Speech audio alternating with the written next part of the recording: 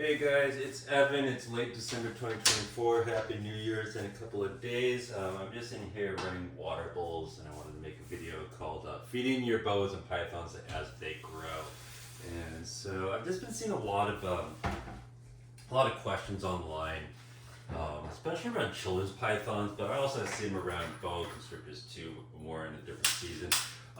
Basically asking about just different questions about bumping up sizes, how frequently you should feed your animals, and so I just kind of address it as a generalist philosophy and talk about it. And I will say to you that the things I'm going to speak about have to be relative to the species that you're applying this advice to. And so I'll tell you things like true red-tailed boas are, I consider them to be a more conservative feeding strategy, a slower feeding strategy than something like a children's python or a carpet python or a diamond python or something like that. They're very, very fast metabolism. You can be a little more freewheeling with their feed and whatnot. So I will tell you that you should definitely take this advice and consider the specific species you're applying it to, so that you don't over or under feed and things like that. So I guess I'll just tell you a couple of general things. First of all,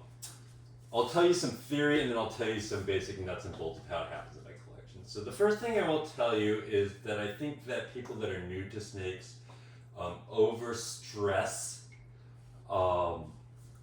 feeder size and feeder frequency. And I'll just tell you that have no fear. There is some logical interplay or interlock between feeder size and feeder frequency. And boas and pythons are both able to consume fairly large prey items for their size, and so there is a large size range which you can feed animals which isn't going to harm them. And so I will tell you to, hopefully that steps down some of your anxiety just a bit, but I will also tell you that there are ways that work better and ways that work worse. And so it's kind of like the Buddha says, you want to take the middle road. And so the general advice about feeding something that's about as thick as the animal's width is a good thing to go by.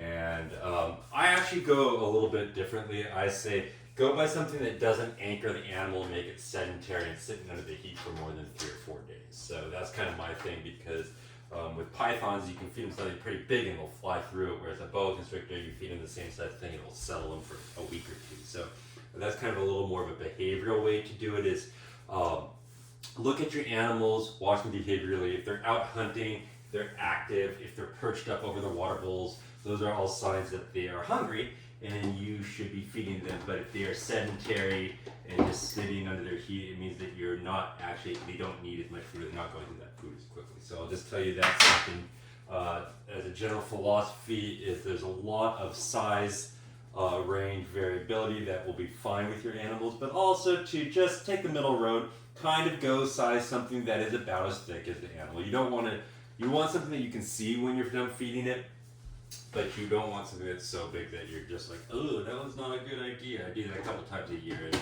just never works out as well as it would work if you didn't do that. So that's just what I'll tell you. Another thing I'll tell you is you can actually feed too small of items to your animals, and I think that's a mistake that most people are making. I think too big of items, like genuinely too big of items.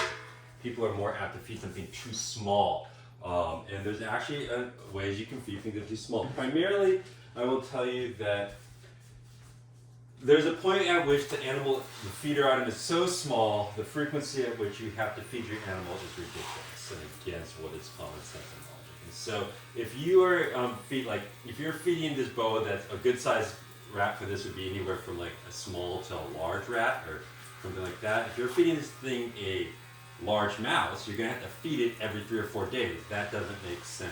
Other things that I will tell you is that sometimes you're feeding animals a really pretty small feeding item. It gets a little sketchy when you feed them. You're like, oh man, it's hard to feed them something where they don't actually bite the tongs, or when they go to bite it, it's like a little hard to constrict. So there are actually ways you can feed something too small.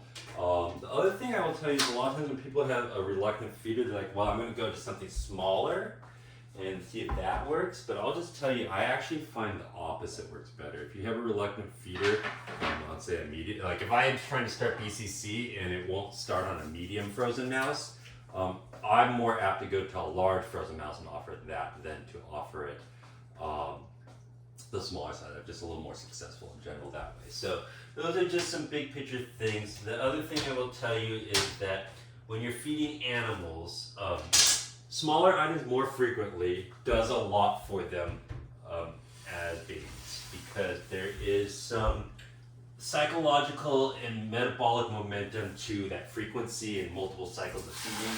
So just any feeding begets more feeding, both in terms of just ramping up their metabolism and also because they're getting multiple cycles of learning in terms of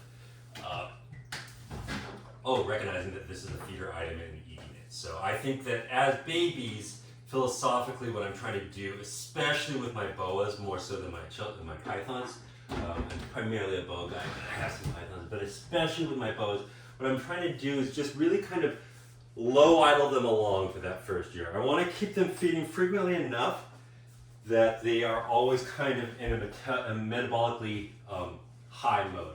The idea of resting your boas or letting it go through a couple week rest between periods, especially when they're young, just kind of doesn't work with what I see with baby boas. So I'm trying to feed them frequently, like weekly, like every 6-7 days. I'm feeding them a medium mouse, something like that. And it's enough that they're going to grow, but they're not going to be great and like huge in that first year. It's kind of interesting. They do grow, but I don't even know if it's so much that they're growing slower, or it's just that as a percent of their total body mass, 20% of 100 grams is a lot less notable than 20% of 1,000 grams. So when you're growing your animals through adulthood, I find that years like 3 and 4 is when they are going to hit their stride.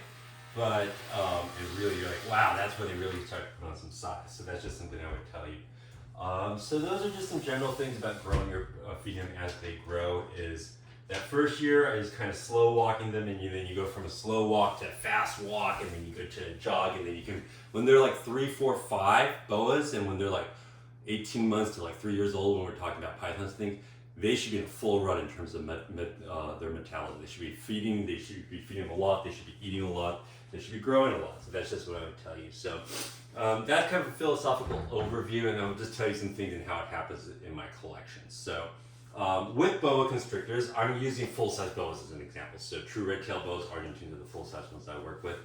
In their first year of life, they're going to start off on something from a small to a medium frozen thawed mouse, and they're going to go up to a large mouse in the first year.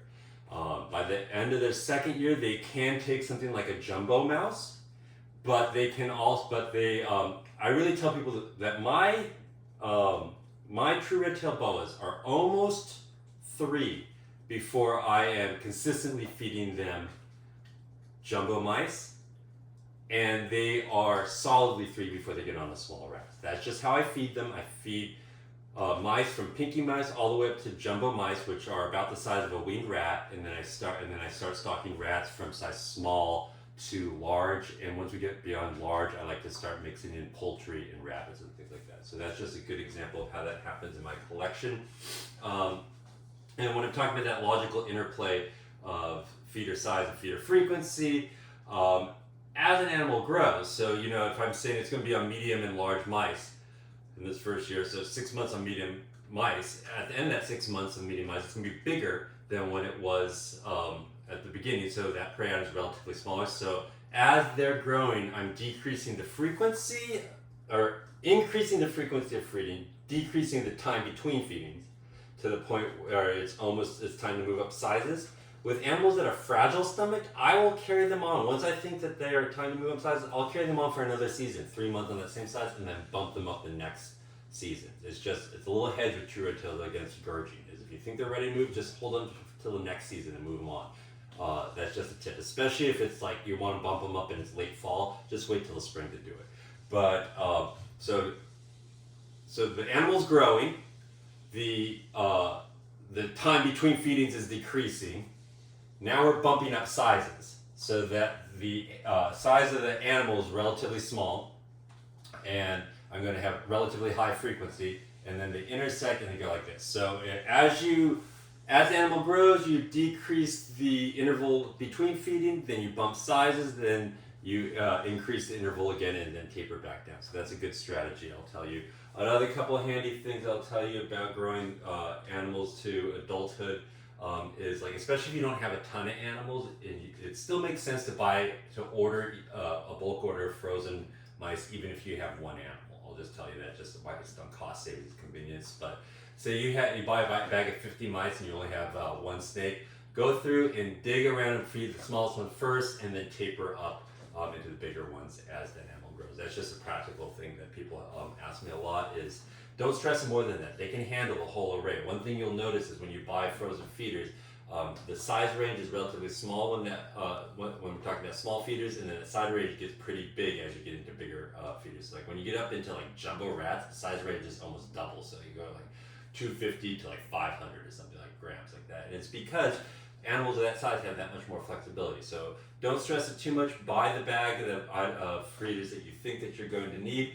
Dig around for the smallest ones and then feed to the biggest if you're just going through a couple of animals. So that's just a couple of tips for you. So I hope that helps you get some ideas of how to raise things up and go from there. Take care. Happy New Year. Bye.